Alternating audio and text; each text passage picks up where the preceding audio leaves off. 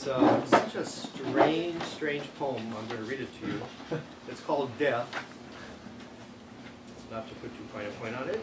And it's by George Herbert. I suppose it was written about, I would guess about maybe 1615, 1620. Death was once an uncouth, hideous thing, nothing but bones, the sad effect of sadder groans. Thy mouth was open, but thou couldst not sing. For we considered thee at some 6 or 10 years hence, after the loss of life and sense, flesh being turned to dust and bones to sticks. So he's saying people were very aware in this 17th century how long it took a body to decompose, like in the graveyard scene in Hamlet. So he's saying, well, we're looking too short a distance. We're considering you at too short a distance. We looked on this side of thee shooting short. Where did we find the shells of fledged souls?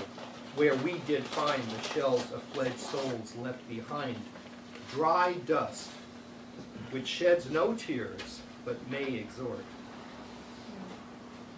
But since our Savior's death did put some blood into thy face, thou art grown fair and full of grace, much in request, much sought for as a good. For we do now behold thee gay and glad as at doomsday, when souls shall wear their new array, and all thy bones with beauty shall be clad. Therefore we can go die and sleep, and trust half that we have unto an honest, faithful grave, making our pillows either down or dust. Isn't that like? Wow, George Herbert. I feel like he should get an applause for that. Yeah.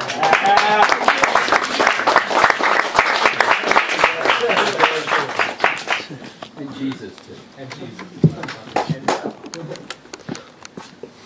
I wanted to read another poem which I come upon that I loved before and actually talked about with Robert. This is a poem by Robert Duncan. It's called Interrupted Forms. In dreams insubstantially you have come before my eyes' expectations, and, even in waking, taking over the field of sight fleetingly stronger than what my eyes see. The thought of you has eyes to see, has eyes to meet your answering eyes, thought rises. I am speaking of a ghost. The heart is glad to have returned, of a room I have often been lonely in, of a desertion that remains even where I am most cherished and surrounded by love's company, of a form wholly fulfilling the course of my life, interrupted, of a cold in the full warmth of the sunlight that seeks to come in close to your heart for warmth. And that's called Interrupted Forms.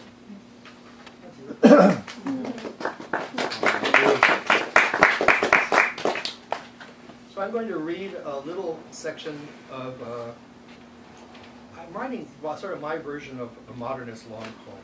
And so by that I mean, I'll keep writing it until it's interrupted by my death. It's skinny, and it goes on for a lot of pages, about 70 now. But it'll just keep going and going. And it's made up of all my misreadings. I misread a lot. And I think of it as an autobiography, really, because the misreadings are all like Freudian slips or dreams. You're dreaming on the page. So when you put them all together, there's a thematics, and it's really like an autobiography of my unconscious, you could say. It's so often gruelingly stupid. I just want to put that out there. Like I made up a whole new genre of writing called creative non-poetry. And It's called Icebox. And I'm just starting in the middle and I'll end in the middle. Oh, the bathroom is really bad.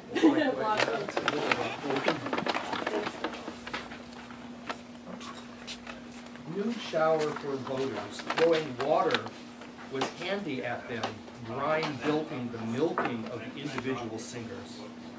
Dr. Anna Mead, fun with off-share men or snuff like that. Bare tops to fight back. Hitchcock fought relations with those ice blondes. A plot remains disordered in Iraq desert. The Liberty is a wasteland in the frolicking light and round brimstone hat. Habitat, planets where weather went to varnish the dialectics of the clans. The unproductive will always be busy. Nothing making your clothes last. Try to retake vital Africa. Iceland was a precious possession, a place for pimping in the evening when the heart breaks. Crying cleanses the wound. Here's one soup that actually works. Bumbling away through language, he invented readers. Fatally registered trademarks, cardio cowboy. He wants to bed the center of attention. Hank's uncut anus boosh. Wipe the top off your face. Top daddy for ruin.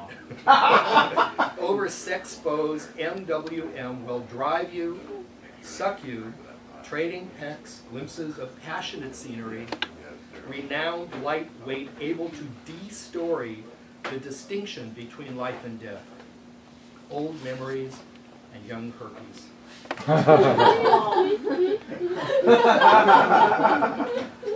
Deutsches grandmother released existential record collection, the padded rink of conversation, dominant machines in his cold armchair, celebrating machines that darken control as an endless audience member, the scrambled seeds of America, refrigerator action space, an impassively informed group of unreasonable fruits, broke the fiction barrier inside my throat. Red rice bugs, pork bagel, tightly buttered breast, carp and its vertical cousins, Isis rhinoceros, polymorphous armchair, how soft its bed against your dozing back, consciously sleeping the medication tape says, put a blue ball of light in my right hand and a red ball of light in my left. Marijuana latches the eternity of bizarre, bringing new flour to roast, breaking bowls. Are academics just villagers at heart? Marjorie Perloff breeding Frank O'Hara? Someone held my hand at the edge of the paragraph. The verbal world swarmed by 100 jumping details until her tears ached. What sparked your desire to write about the borderline collie? The world was once an immense orgasm, synchronies of recognition. Legs suspend my whole in space. To have a bulldog stand by strong design principles, Taliban titles, post-1967 terrorist tug of war, their accommodations are in a state of despair. Embellished kilt textiles, Oakland's antique row now retarding downstairs by ruining rats through mazes. The dead end of N-Dead Street. The bourgeois enigma zones, one-stop Christmas for cave dwellers.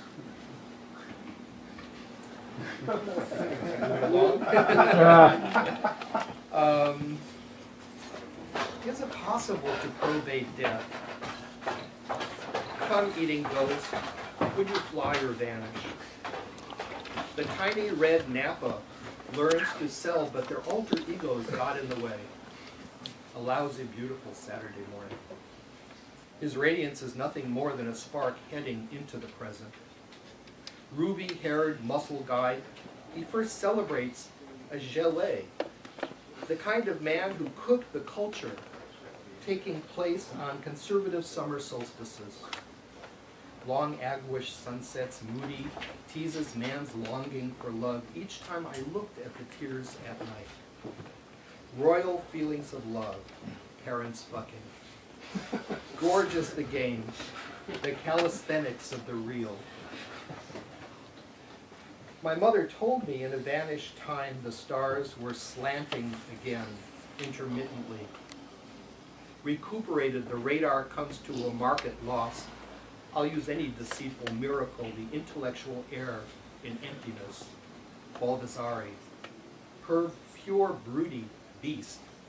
Big pink Peter, and penetrated the chewy eucalyptus leaves, the tired masters edgy or in haste, imaginized other places as the sun demanded. So that's enough of that.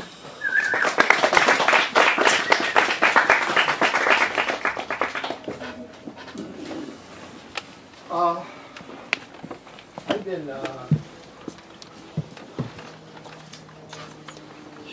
early book of mine, a book from 1982 or 83 actually, is being reissued called Elements in Coffee Service. And so I had occasion to go into it and look at it and think about it.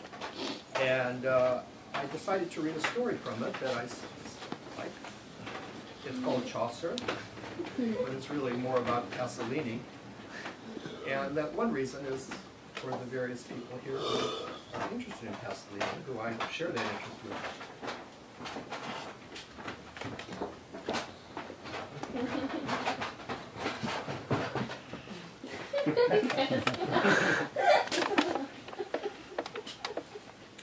So, okay.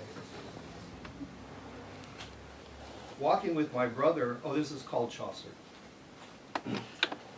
You know, Pasolini did a movie of the Canterbury Tales, part of his erotic trilogy. Walking with my brother down Hollywood Boulevard. It's Friday and everyone's made of flesh and selling this and that, addicted. Walking at night, filled with our lives, everything seems sadly possible. At the Bijou, Pasolini's Canterbury Tales. The partner's prologue. A garish carousel horse suspended above the store entrance. In this story, treasure is not three wishes, expression of eternal optimism, it's money. The partner gives us his terms from the start. I file my tongue and make ideas work for me, the only professional storyteller among us, selling a story in a lot of trash passed off as relics, pieces of saints that are pig bones and sheep bones, a pillowcase that is Mary's veil, rubbish and dirt. I'm a good talker, it's a good story, one of those chilling medieval parables. I didn't make up the story or the ideology. I'm that merry-go-round horse. People like it. I carry them in. The partner's tale. There are three men. How good-looking they are. The gliding muscles of historical flesh. 14th century daylight plays on their flesh, framed by a historical keyhole. Rib cage, and the bird in that pie. 14th century light, sketching an elbow, a hip, sending an instep into darkness. Still, it's more believable to say rough trade in Flanders. The more you describe, the less credible, because your labor distracts everyone. Science fiction likes minute descriptions to win our acknowledgement. If you try that tactic on a cup of coffee like Robert, the pressure forces the cup's existence into question. Like saying a word over and over till it turns to mud that makes a logjam of possible actions. World, world, world, world, world, world, world, world. So there are three sitting in a tavern that tips off its center of gravity.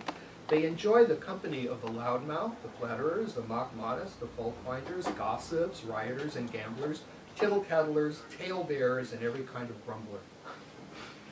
They jolt one shiftless celebration into the next and stay drunk. One of them killed Pasolini. 6 red eyes above a cupped hand that shelters a match. The corpse goes by. Our friend died, his death carried around on the tone of the bell. Let's avenge our friend. We'll find death and kill him. They swear to be friends, but it's obvious that a scrap of the least gristle would make a dog fight. Last night I went to a reading and the poets were dinosaurs showing off their ice age and then going out for a beer and slapping each other on the back and slamming their fists on the table. In whatever likeness the fiend appears, he has never more than one nostril, which is great and wide, and he will gladly turn it up so that we can see through to the brain. And his brain is nothing else than the fire of hell, for the fiend cannot have any other brain. I could tell you their names, but you know them. Their initials go A to Z. These men set out to find death. They walk down a clean dirt road, brushing flies away. They are innocent. They tell each other jokes. What did one peanut say to the other peanut while walking in the park? I was assaulted. Ha ha ha, oh ha ha ha. Why is an elephant's foot a sexual object? Do you know the punchline? You could just say it. Because if it steps on you, you're fucked. Oh ha ha ha ha, lurching over. Oh, by the cross, by the thorns, by the blood. Nails and thorns, bones and blood. They've heard these jokes 100 times, so they start laughing at the first few words, becoming flirtatious out of hilarity, calling the youngest little pie legs and little sausage fingers, goosing him. You like to pitch or catch. 3 cardinals and 3 blackbirds display their technique, singing roundelays, sestinas, sonnets, ballads, any cute thing you can imagine. Her skirt was of the grass-green silk, her mantle of the velvet fine, and each lock of her horse's mane hung 50 silver bills and 9. Then come to rest on a mulberry branch, 6 in a row, red, black, red, black, red, black, their beaks to the south, their eyes to the east and west. They just weathered the 100 Years' War, the Black Death, and the Peasants' Revolt. Her skirt was of the grass-green silk. So they sing a literature of dreams. The partner says, folks, you give me your money and I'll absolve you of your personality. Laughter and applause. About a half a mile and they meet an old man. The folds of his mantle fall like straight rain. He's not just an old man, he's the prototype, familiar and hyper-real. He wants to die and calls the earth his mother. He lives in a kinder and older world than the 3 who berate him. The earth is my mother, and I knock with my staff on the ground, my mother's gate, and say, Mother, let me in. He understands, along with the partner, the new thing, the power of abstraction in the form of money. He says in rhymes, the most important phenomenon of the later 13th and the 14th to an able spectator in England is the gradual and sporadic reduction of land-bound serfs and the traumatic emergence of a group of laborers unlanded and working for wages, such as yourself. Page 1 of a candid mystery whose detective waits 5 ratty centuries away. The dark freedom to move from Cincinnati to LA for higher wages in a new city is the same that creates our dark interiority. The old man says death is waiting for them up a crooked path, in a grove, under an oak tree. He points. The 3 set out to find death, instead of 3 people to love their actual bodies in expansive sexual play. They find money, a play of light on the coins. We're rich. How much is it? Count it, ass-face. No more working and fasting, eating crackers and shit, weak drinks at the Bow Wow Club, taking orders, no more cold, loneliness, terror, lice, insecurity, yes or no sir, skin infections, malnutrition, which translates to 8 bushels of florins. They think of hot marrow trickling down their throats, spices from leaves and bark and roots, seasoning a sauce, red and white wine, cooks stamping and straining and grinding. These guys never had a chance. When they thought death was an abstraction, who would tell them otherwise? The priest? The innkeeper? In this story, only the partner has access to that knowledge. See how corrupt it all is? He says, and wouldn't a person forget about death? Isn't that the idea? To go abstract? To separate the body and the mind? A New Yorker cartoon shows the Grim Reaper standing before the president of the corporation's desk. What a localized surprise. From the great height of his position, the president barks, "Who the hell are you, and how did you get past Miss Merriweather?" Money makes Miss Merriweather's life abstract too, but less precious. Sold in chunks. Hollywood Boulevard. I felt depressed. That's why I describe these afflicted relationships with such splendor and fatality to my brother who had already witnessed so much. I observed the splendor of it. This story can come to no good, I thought enthusiastically. For this to be over, for that to be over, for everybody's everything to be finished. Who cares? Throw out the mental hope chests and scrapbooks and telephone directories so that each one is alone. The corrosive irony of separation.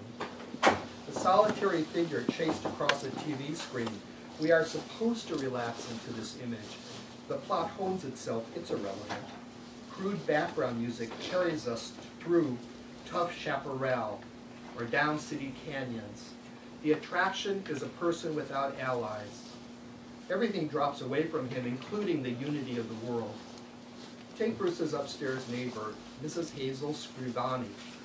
The landlord spelled her name Scravini on the mailbox the first day she moved in, and it stayed that way for 16 years.